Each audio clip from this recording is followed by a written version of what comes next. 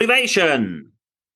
Well, that probably didn't really motivate you, but you know people who behave exactly like that, screaming, shouting, singing, dancing, clapping, and they think it's motivation. And our topic of this week is why most leaders demotivate people instead of motivating them.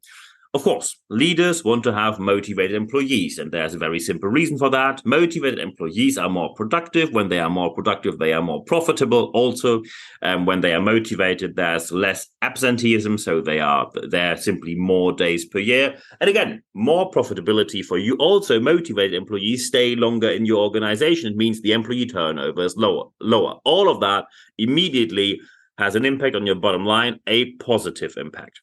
You often think people should be motivated and you assume that they are. However, when motivation is not really there or it's not where it should be, many leaders try to seek out to the most simple solutions to motivate people, and that often goes horribly wrong, especially due to the influence online and due to a lack of proper training. And just so you know, the YouTube video or probably your Udemy class is not the excellent training you need here.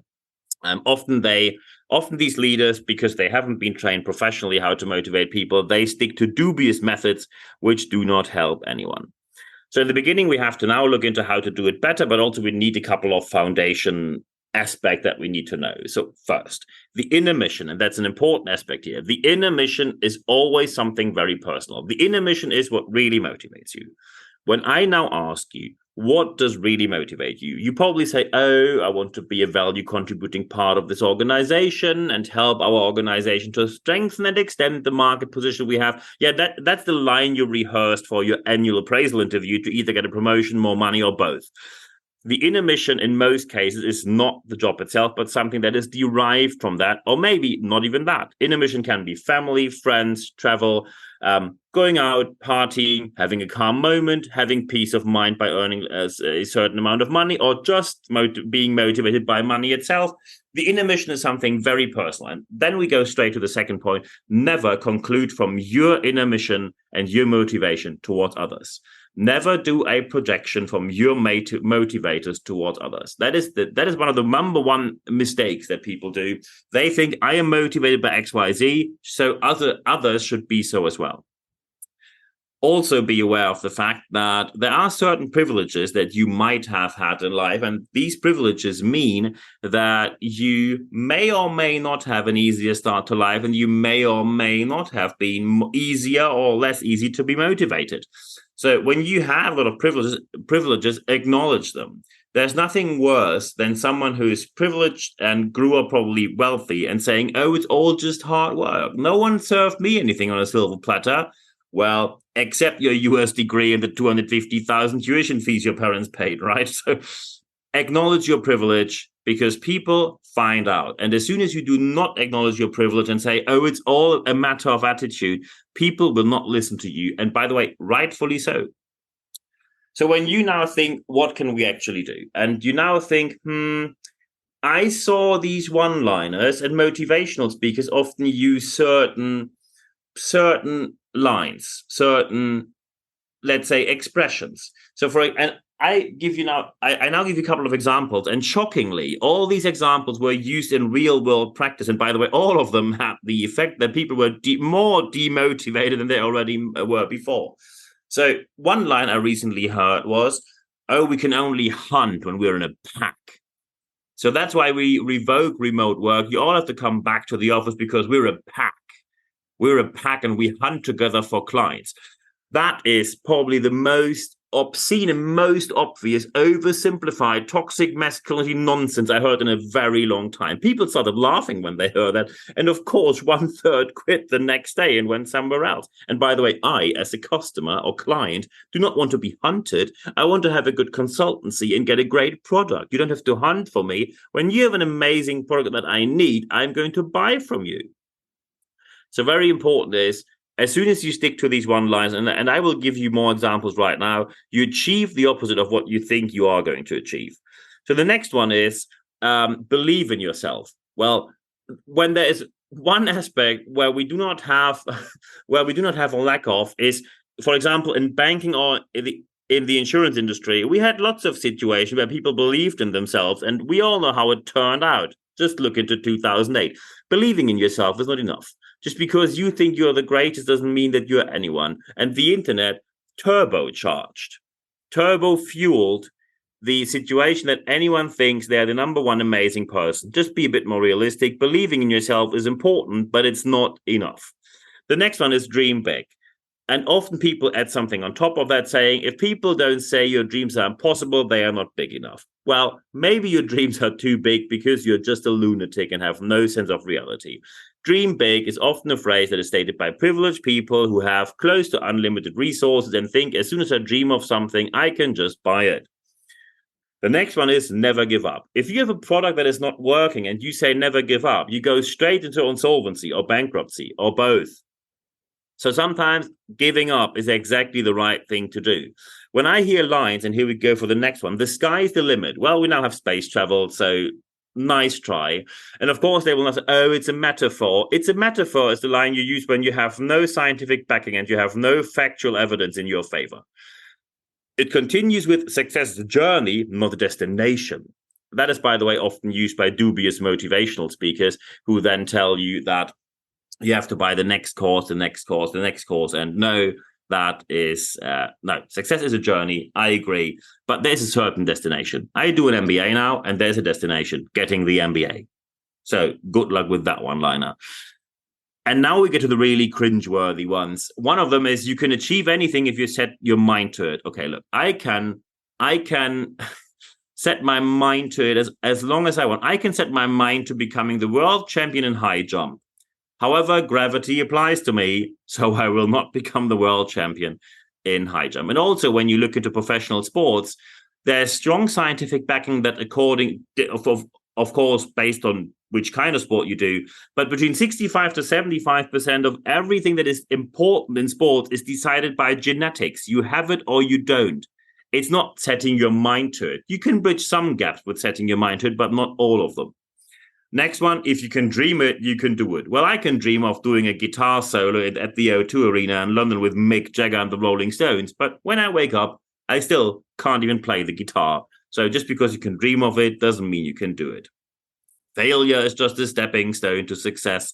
Well, I think you need more than just saying I failed, so that means I will be successful. You need proper learning, lessons learned, and here we are again. It's science that leads you to success, not just a motivational one-liner, which is, by the way, you have this famous phrase, it's never your successful friend posting the motivational phrase, which is, by the way, true.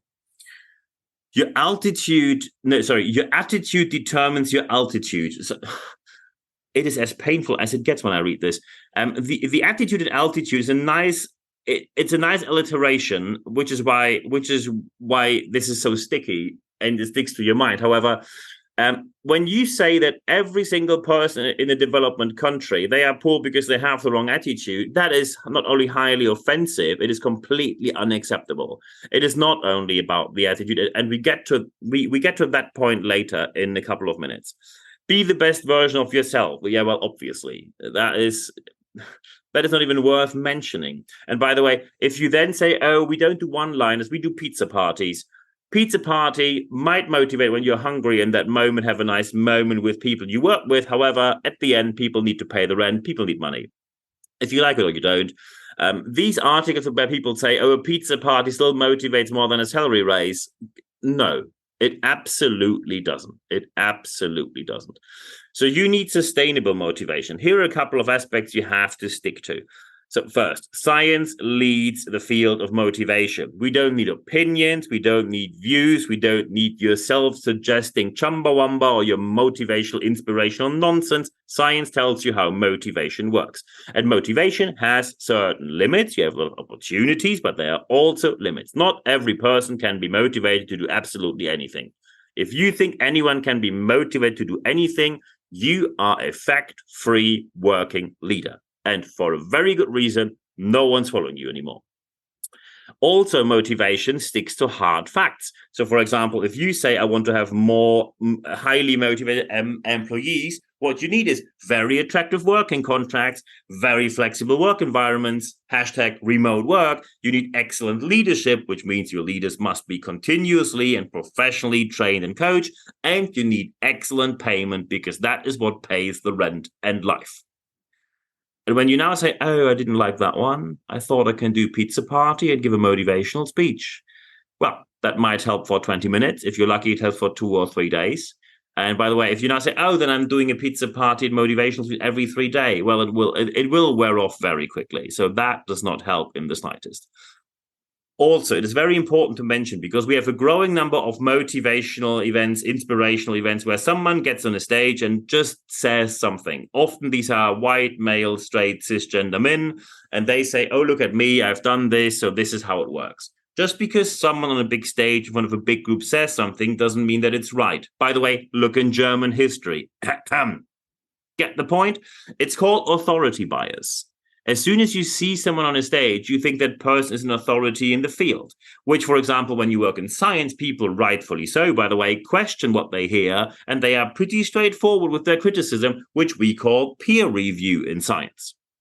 So this authority bias can quickly lead to you sitting in pointless classes. And by the way, when you spend corporate or the company's money on motivational courses, you should not be surprised that people will demand anything from you and you have no way to say no. When you say, oh, I went to this motivational speaker, Tony Robbins, whatever, Chumbawamba, and someone else says, I want to have this pottery class because it motivates me, you can only say yes, of course, and you can do it during your work time. Because when you stick to unscientific Chumbawamba, anyone else has the right to do so as well. You lose your credibility by sticking to nonsense events. And by the way, if you now say, well, but I have done it and then it worked, N=1 evidence, Frank Caspidis from Harvard Business School already said this is not evidence. When you say you did that, it is not a proof anything. And there's a test. There's a test if you make a claim that is actually valid. I give you an idea.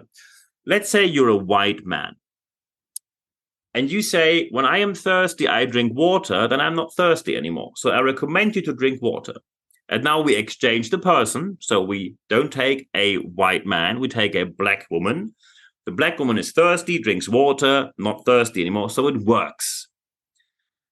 But when you now stick to other aspects, so for example, when you speak in front of other people, if you speak in front of clients, if you present well, people will buy with you. If you think that it doesn't matter if there's a white man or a black woman, you ignore reality and science at the same time so hard that people probably will consider you a joke or someone who is very ignorant, or probably both. N=1 is no evidence. It never has been. It never will be. So when you say, I have done this, it can be your opinion, can be your privilege. However, I have done this is how it always works, needs evidence. If you don't have the evidence, you probably should rethink what you're going to say. The most important phrase, and that is the very last one I'm going to give you, the most important phrase here is there is no simple solution for a complex problem, because otherwise that solution would be known for a long time already. So you now have to decide, how do you want to implement sustainable motivation? What do you do? What do you factually do? And when are you going to implement that? Because then you can see what really works and what does not work in your organization. And of course, there's more. So first, thank you very much for the people who got in touch about this topic. This episode today happened because I received emails from people who said, I'm not motivated by this. Is it me? And then other people sent me emails and said, how can I motivate my employees? Some people said, oh, I tried this motivational stuff, didn't really work. Is it me? Did I do it wrong? Or is it just not a good method? So the whole episode happened because you wrote me emails. So feel free to just send me an email if you have anything to discuss or a question, or you have a topic to suggest. nb@nb-networks.com. That's my email address. You find the email address also in the show notes of this podcast, nb@nb-networks.com. Feel free to drop me a line if you want to have something very specific. You need training or speaking or coaching for your leaders, whatever else. I'm happy to discuss that as well. But we can also just talk about your questions and aspects. Doesn't cost you a penny, and then we take it from there. And the second aspect, which I always recommend, is register for the leadership letter, because we have live Q&As. Often people ask for live Q&As, and the last one was very busy, so thank you very much for the interaction. Live Q&As means that you can ask anything you want in either German or English. It's available in both languages, but you will only know about these Q&A sessions when you register for the leadership letter, expert.nb-networks.com. That's the link, and you find the URL also in the show notes of this podcast. Just register your email address there. You receive only one email every Wednesday morning. It's 100% content, ad-free guarantee, and then you see all of my publications, free access, no pay, so free of charge for all our readers. And of course, you see when do the Q&As happen and how can I access them, all in there. But the third aspect is the most important one. Apply what you heard in this podcast, because only when you apply what you heard, you will see the positive change that you want to see in your organization. I wish you all the best doing so. Feel free to contact me anytime. Always happy to help. And at the end of this podcast, there's only one thing left for me to say. Thank you very much for your time.